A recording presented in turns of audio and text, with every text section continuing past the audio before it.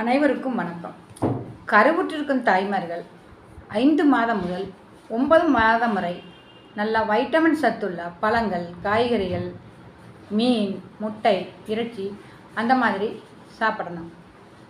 சத்தான உணவுகள் எடுக்கும்போது குழந்தை கர்ப்பத்தில் அதன் மூளை வளர்ச்சி திறன் அதிகரிக்கும், ஆரோக்கியமாக இருக்கும். முதல்ல உங்களுக்கு சாப்பிடும்போது நெஞ்செரிச்சல், புளியாப்பம் அந்த மாதிரி வரும்போது வெதுவெதுத்த சுடுதண்ணி குடிக்கலாம். அப்படி குடித்து வரும்போது அந்த நெஞ்செரிச்சல் மாறும்.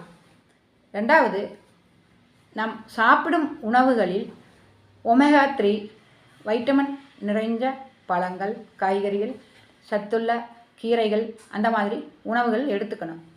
அப்படி எல்லாம் சாப்பிடும்போது உடல் ஆரோக்கியமாக இருக்கும்.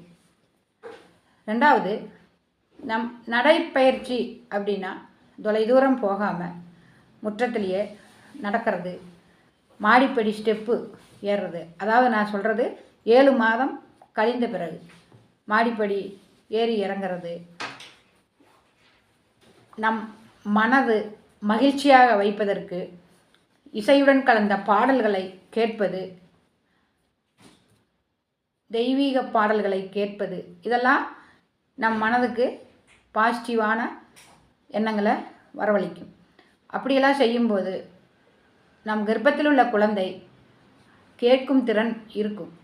அப்போது அது குழந்தை வளர்ச்சி நல்லா சந்தோஷமாக அது வளரும். இப்படியெல்லாம் தாய்மார்கள் செய்து வர வேண்டும்.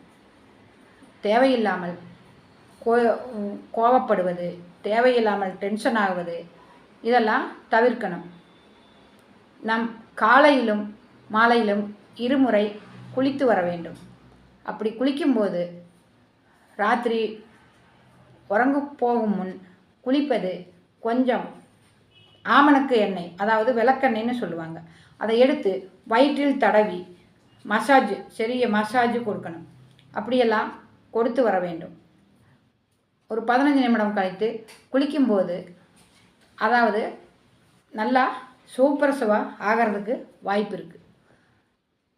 நல்லா சத்தான உணவுகளும் எடுக்கும்போதும் நம் உடல் ஆரோக்கியம் இருக்கும். கூடுதல் உணவுகள் சாப்பிடும்போது மென்று அரைத்து சாப்பிட வேண்டும். நாவின் அடியில் ஒரு சுரப்பி இருக்குது, அது ஸ்லைவான்னு சொல்லுவோம். அப்படி மென்று சாப்பிடும்போது வயிற்றிற்கு சென்று ஜீரண மண்டலங்கள் சீராக வேலை செய்கிறதுக்கு வழிவகுக்கும். அப்படியெல்லாம் இல்லாமல் கர்ப்பிணி பெண்கள் கிடைக்கிறதையெல்லாம் சாப்பிட்டு தேவையில்லாத வாமிட்டு அந்த மாதிரிலாம் இருக்கிறத தவிர்க்கணும். ஏன்னா நம்ம உடம்புல வாமிட் எடுக்கும்போது சோர்வு, தளர்ச்சி அப்படியெல்லாம் வரும். அதெல்லாம் உங்கள் கையில் தான் இருக்குது. கடைசியில் நம்ம 9வது மாதம் கழியும் போது அடிக்கடி யூரின் போகும். அடிக்கடி யூரின் போகும்போது நம்ம தண்ணி குடிக்கிறத ஸ்டாப் பண்ணக்கூடாது.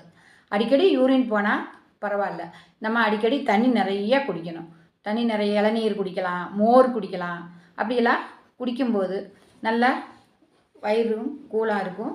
நல்லா மூத்திரம் நல்லா போகும்போது சுகப்பிரசவம் ஆகும்.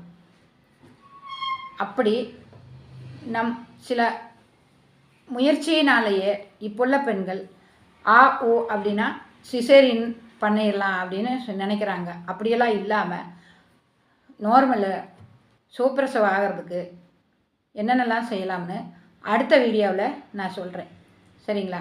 அப்போது நீங்கள் முக்கியமாக கவனமாக இருக்க வேண்டும். குழந்தையை பெற்றெடுக்கும் வரை மிக கவனமாக இருக்கணும்.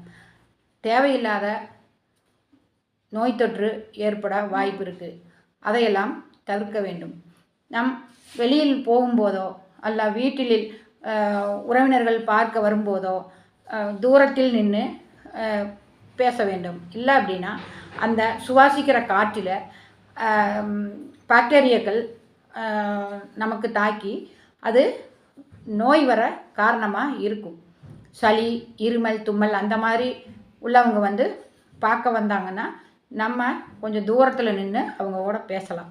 அப்படிலாம் செய்யும்போது தான் நோய் வராமல் குழந்தையும் தாயும் சேயாக இருக்க நம் நலம் நம் கையில். நன்றி.